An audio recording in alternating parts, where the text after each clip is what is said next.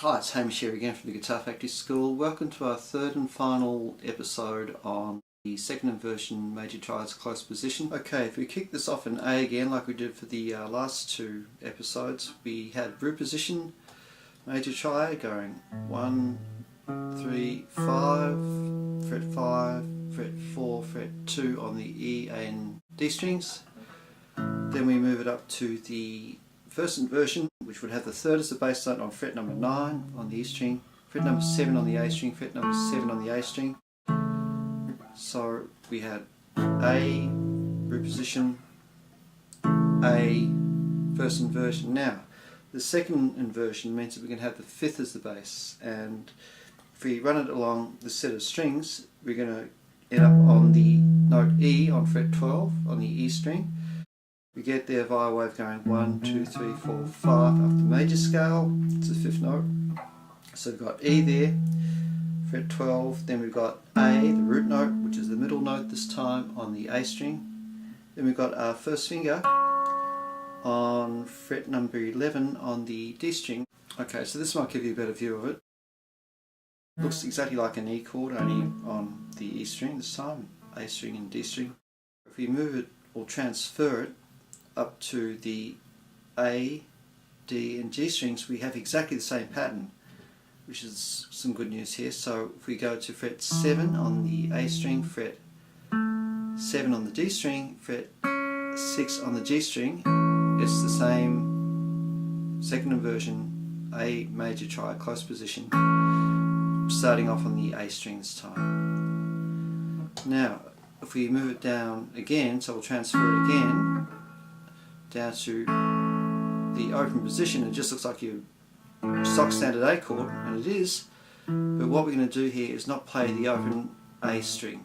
We're going to have the root, the A, which is going to be the middle note. So we're starting on the fifth, on second fret, the first on the second fret on the G string, and the third on the second fret on the B string. Makes it a movable pattern. The last one looks like a D shape, and here we go, we'll go up to fret number 9 there on the G string, 10 on the B string, 9 again on the top E string, and it looks like a standard kind of D shape. And the intervals are going to go 5, 1, 3. So that's the thing with the second inversions, the root note is always the middle note, is the inner voice. Bass note, fifth, 1, 3, like that. Okay, so you've got a bit of a headache now. You've got all these different ways of playing the same chord effectively. You've got root position, first inversion, second inversion. So 3 ways of playing everything, and not only that, you've got 4 different string sets that you can play them on. So there's 12 potential ways that you can play these close position triads. You could just drill them by running through them very slowly along one set of strings like that. And I'll put it to you that the top string sets, the G, B and E, and the D, G and B strings are really useful, and you're probably going to end up using them perhaps more than the ones on the lower strings, because they can sound a bit muddy down here and they get lost in the mix a bit too. But having said that, it's good to be aware of them, because there will be times when you find them very handy to play. And they're not just about playing chords, they're also about being able to visualise note choices when you're improvising. So say if you're looking at a shape like that, it's not just a chord, it's also a way of visualising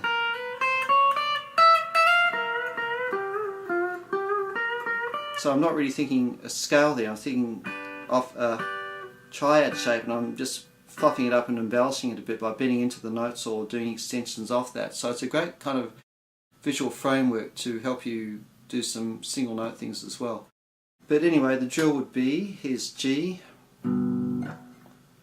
so root position, bottom set of strings, first inversion, second inversion, root position, next set of strings up, A, D and G strings, first inversion, second inversion, root position, back to your first inversion again, up to the next set of strings, no hands, just the D, G and B strings, that's the second inversion, root position, first inversion, and then up to the top set of strings. Another thing that you can do is to take a really simple song, simple nursery rhymes and Christmas carols are really great for this sort of stuff, and just maybe something that's got the 1, the 4 and the 5 in it. So say if we're in the key of G, that would be the G chord, the C chord and the D chord, and just try to pick out the melody on the top string. So here's one for you.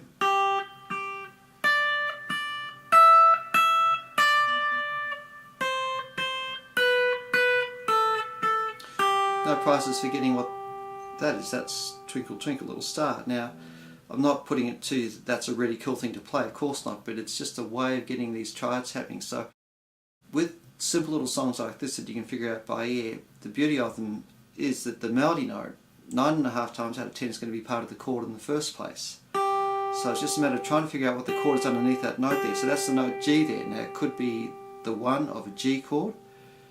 It could also be, say, the 3rd of an E flat chord. It could also be the 5th of a C chord. But you can just hear it off the sound of the G, and you get a pretty good sense that it's probably going to be a G chord. So if I play underneath that, it ends up being a second inversion. So we're putting the rest of the chord underneath the top melody note, which is already part of the chord. So that's first inversion G, up to root position G. Now we go to a C chord, and it looks like a D sort of shape, so we're on fret number 12, 13, 12. That's a C, back to the G. Now we go to the C again on fret 9, 8, 8, first inversion C, because we're transposing these, of course. That's back to the, which is on fret 7, 8, 7, and it looks like that D shape again. Then root position D this time. So they